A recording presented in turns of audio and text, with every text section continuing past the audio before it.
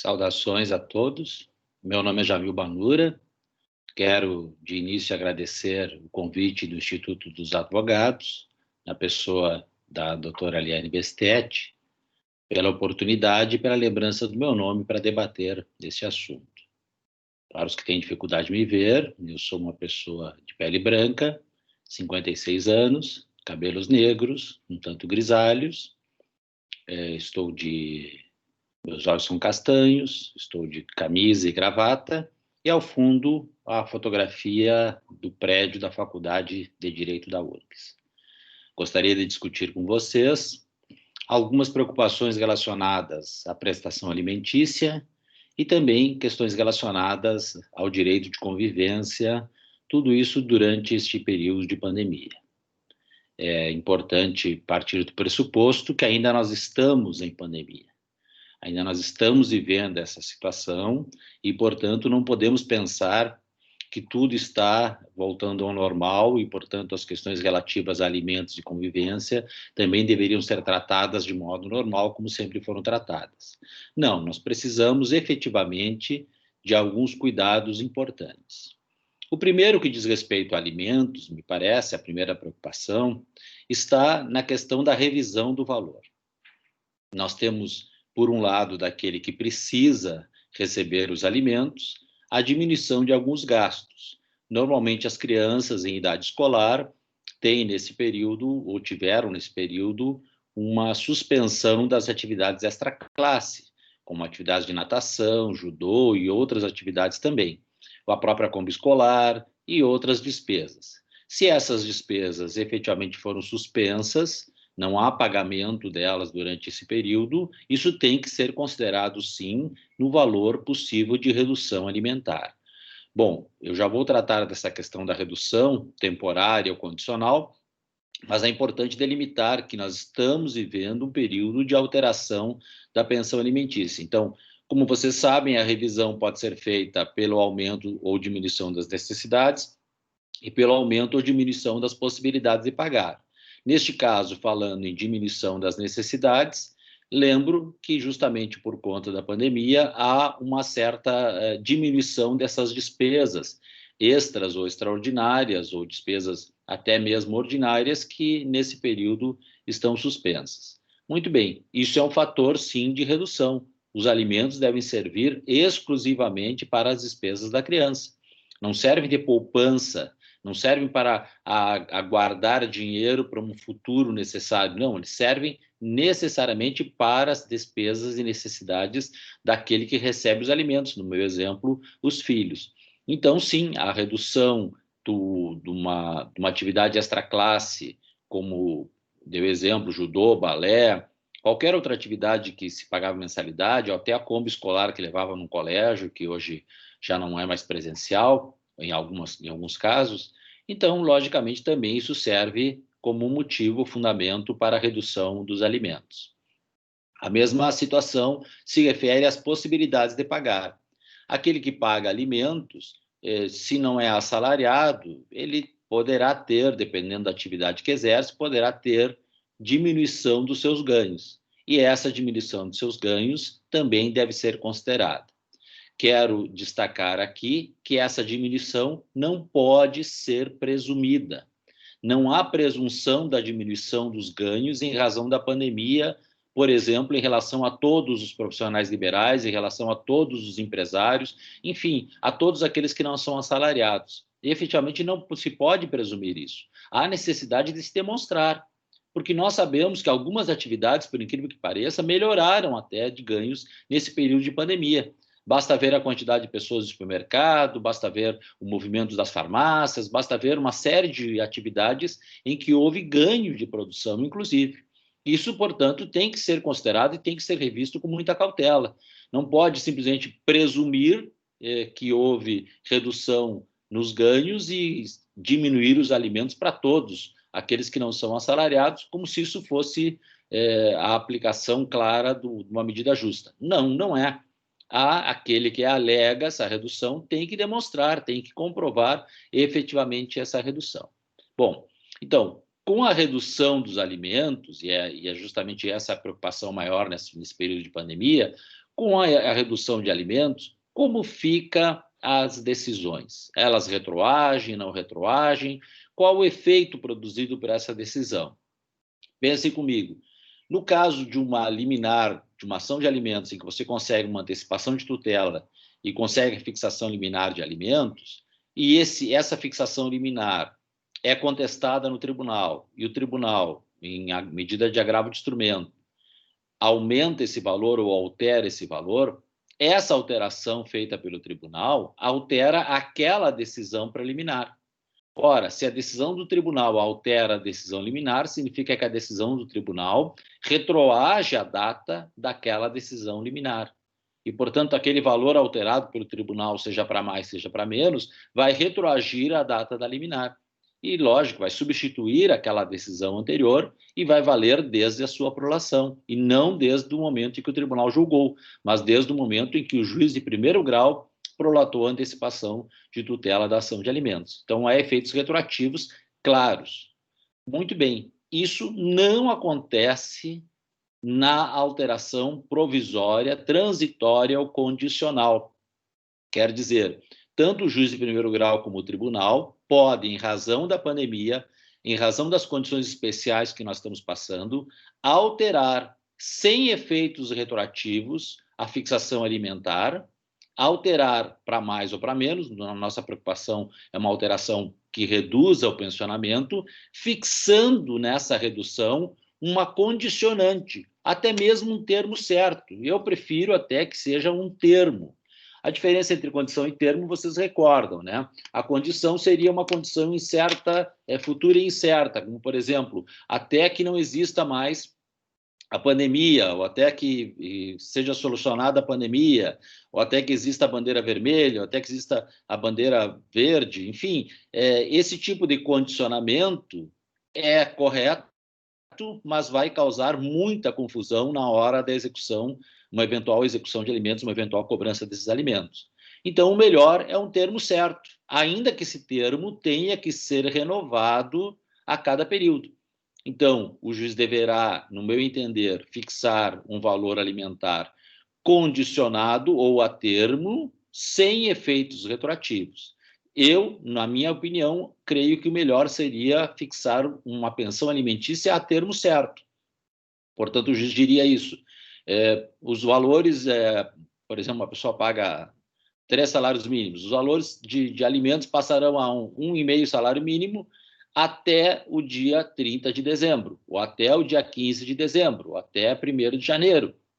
Esse termo certo vai facilitar a execução, a cobrança, a discussão posterior, evitará litígios paralelos sobre essa interpretação da condição ter ocorrido ou não ter ocorrido, e chegando na data, por exemplo, chegando no 30 de dezembro e ainda nós não estamos numa situação diferente desta, então, novamente, com o novo pedido daquele que paga os alimentos, esse valor alimentar seria refeito, seria novamente prorrogado. Então, esse valor reduzido seria prorrogado por mais outro termo, 30, 60 dias, o tempo que o juiz entender adequado. Então, me parece que, na questão alimentar, nós temos importantes elementos de redução, importantes elementos que não devem ser presumidos simplesmente, porque a presunção leva ao abuso de direito, ou seja, na medida em que se noticia que o tribunal está reduzindo os alimentos por uma simples presunção de que as pessoas estão ganhando menos, as pessoas que não estiverem ganhando menos vão fazer esse mesmo pedido, iludindo o judiciário e obtendo uma prestação jurisdicional inadequada, na medida que vão reduzir a sua obrigação quando não tiveram nenhuma redução das suas possibilidades de pagamento. Por essa razão, entendo que não pode ser presumida, deve ser demonstrada caso a caso, e, uma vez reduzido o valor dos alimentos, esse valor não pode ter efeitos retroativos e deve ter, ao meu entender, um termo certo, um termo final certo, delimitado pelo juiz, que pode, logicamente, como nós sabemos, pode ser revisto a qualquer momento pelo juiz, pode ser alterado, pode ser prorrogado, pode ser suspenso, enfim, nós temos essa liberdade de trabalhar com antecipação de tutela e alterar a tutela antecipada a qualquer momento processual. Então, creio que a questão alimentar se resume a isso. Nós entendermos que não há uma presunção, porque existem efetivamente setores da economia que melhoraram. Citei supermercado, cito venda de carros, cito venda de imóveis e tantos outros que, por incrível que pareça, reforma, por exemplo, o setor de construção civil, e são setores que se empenharam, acabaram tendo um incentivo maior até pela permanência das pessoas em casa. Isso é uma realidade. Então, há sim necessidade de demonstrar, do autor demonstrar que aquele valor alimentar não tem mais como ser pago em razão da redução dos seus ganhos. No que diz respeito à convivência, eu creio que o tribunal se comportou, como sempre, de modo muito justo e muito adequado. Inicialmente, diante da falta de conhecimento, diante das dificuldades que tinha, iniciou um período, tanto a sétima como a oitava câmaras, iniciou um período suspendendo a visitação presencial e determinando apenas a visitação virtual.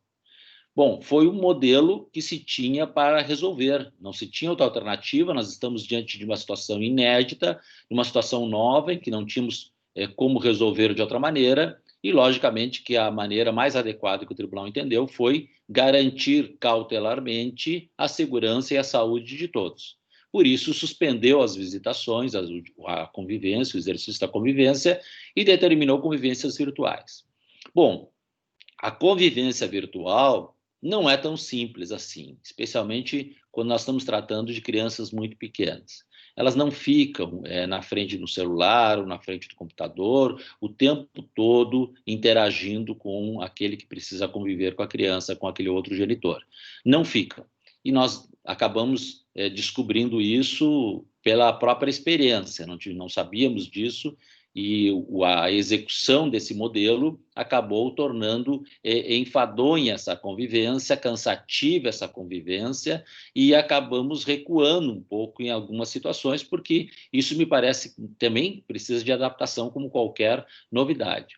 Muito bem, depois desse período inicial, que durou aí abril, maio, junho praticamente, já em meados de julho, o tribunal começou a liberar a visitação do genitor que não mora com a criança. Então, passou a liberar e retomar a visitação nos moldes anteriores. Bom, não teve alternativa, lógico.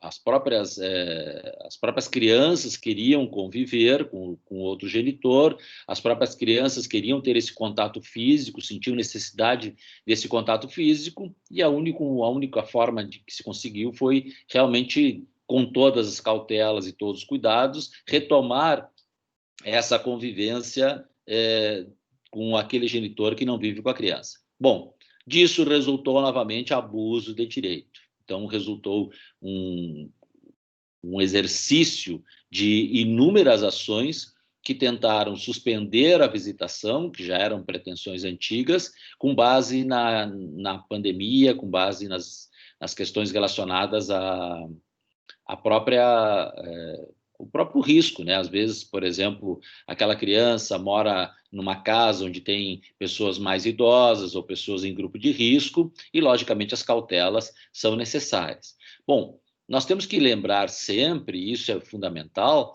que o direito de convívio com os genitores é um direito da criança. Antes de qualquer direito de outra pessoa, é um direito da criança. Essa afirmação tão elementar e tão conhecida de todos é essencial nesse caso, para entender que a criança precisa desse convívio. Ora, se o genitor que reside com a criança tem essa dificuldade, porque tem idosos ou tem pessoas de risco, bom, então vamos tomar todas essas cautelas necessárias, mas não utilizar a saída mais preguiçosa, que é a saída de simplesmente impedir o convívio com o outro genitor. Simplesmente suspender a visitação com base na pandemia, me parece que é redobrar a penalidade aplicada a uma criança. Não me parece a medida mais adequada, creio que isso tem que ser observado com certo cuidado, e me parece que o ideal, sim, é a retomar essa visitação. Bom, mas como retomar essa visitação? Bom, exigindo daquele que vai exercer o convívio, por exemplo, o exame de Covid, o exame de PCR, por exemplo. E aí, lógico, ter a tranquilidade através desse exame de que a pessoa não está contaminada, não tem contato com o vírus, e em razão disso, então, pode ter contato com a criança, e essa criança pode retornar ao lar e ter esse contato com essas outras pessoas e não expor essas outras pessoas a risco.